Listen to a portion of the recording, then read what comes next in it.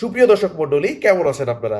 স্বাগতম জানাচ্ছি আপনাদের কৈতর এন্টারটেইনমেন্টে। আজকের ভিডিওতে আমরা কথা বলবো সম্প্রতি মুক্তি পাওয়া ও আলোচিত যে সিনেমাটা, সেটা হচ্ছে রাক্ষস নিয়ে।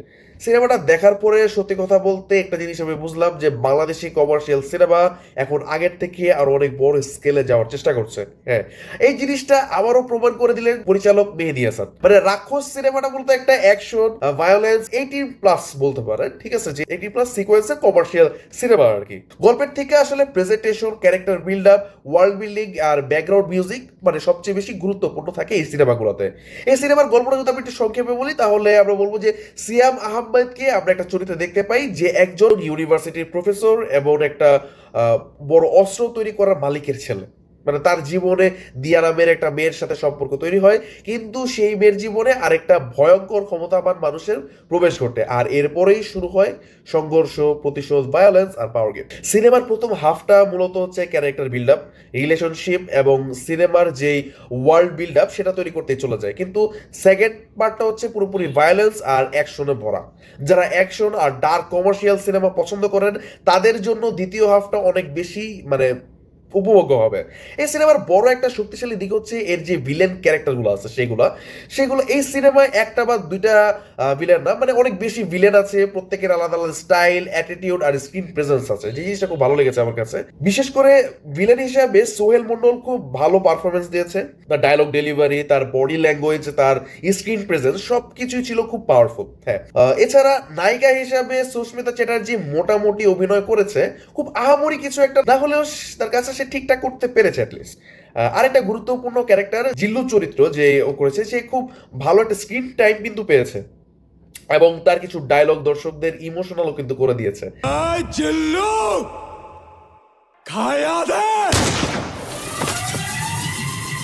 হ্যাঁ, সিনেমার আরেকটা বড় সারপ্রাইজ ছিল একটা স্পেশাল এপিরিয়েন্স। আগে এই দর্শক আপনাদের কাছে ক্ষমা চেয়ে নিচ্ছি, কারণ একটা ছোট্ট একটা স্পয়লার দিব।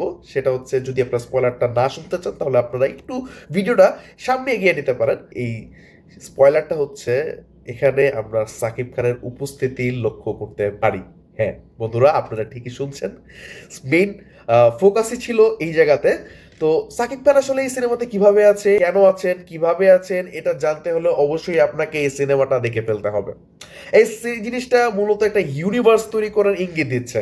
মানে ভবিষ্যতের এই গল্পের আরো অনেক অংশ বা একই ইউনিভার্সের আরো সিনেমা আসতে পারে। এখন যদি সিনেমার টেকনিক্যাল দিক নিয়ে আমরা একটু কথা বলি, তাহলে সিনেমার যে colour grading, background music, world building এবং ক্যামেরার যে কাজগুলো আছে সেগুলো খুবই খুবই অসাধারণ ছিল।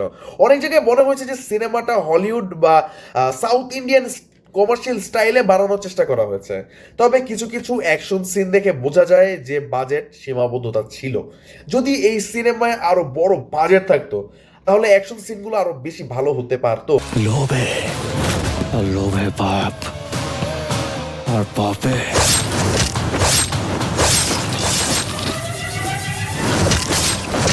সিয়াম আহমেদের পারফরমেন্স নিয়ে যদি আমরা একটু কথা বলি, তাহলে সে তার জায়গা থেকে খুবই খুবই ভালো চেষ্টা করেছেন।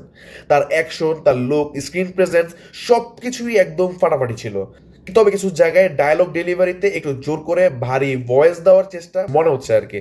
তারপর বলতে হবে যে এটা তার ক্যারিয়ারের অন্যতম বড় কমার্শিয়াল সিনেমা এবং সে খুব ভালোভাবে এই সিনেমাটাকে ক্যারি করতে পেরেছেন। সবকিছু মিলিয়ে বলতে গেলে যে রাক্ষস সিনেমাটা মূলত স্টোরির সিনেমা না, এটা একটা এক্সপিরিয়েন্সের সিনেমা, ক্যারেক্টারের সিনেমা, ওয়ার্ল্ড বিল্ডিং এর সিনেমা এবং কমার্শিয়াল অ্যাকশন সিনেমা।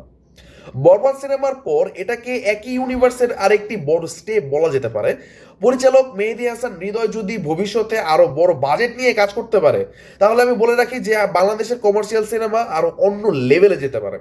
ওভারঅল আমার কাছে রাক্ষস সিনেমাটা ভালো লেগেছে। আমি সিয়ামের ফ্যান, বিশেষ করে action, villain character, background music এবং সিনেমার যে ডার্ক টোন সেগুলো আমার কাছে মানে অনেক বেশি ভালো লেগেছে। যারা কমার্শিয়াল অ্যাকশন সিনেমা পছন্দ করেন তারা অবশ্যই সিনেমাটা হলে গিয়ে দেখতে পারেন। আপনারা যারা সিনেমাটা দেখেছেন আপনাদের কাছে কেমন লেগেছে এবং 10-এর মধ্যে আপনারা কত দিবেন অবশ্যই কমেন্ট বক্সে জানিয়ে দিবেন। আর এরকম আরো বাংলা সিনেমার রিভিউ পেতে কৈতর এন্টারটেইনমেন্টকে সাবস্ক্রাইব করে দিবেন। ধন্যবাদ, দেখা হচ্ছে পরবর্তী নতুন কোনো ভিডিওতে। Till then, good bye, tata. Pregnancy টাইমে আমাদের সেক্স করতে কোনো প্রবলেম নাই তো?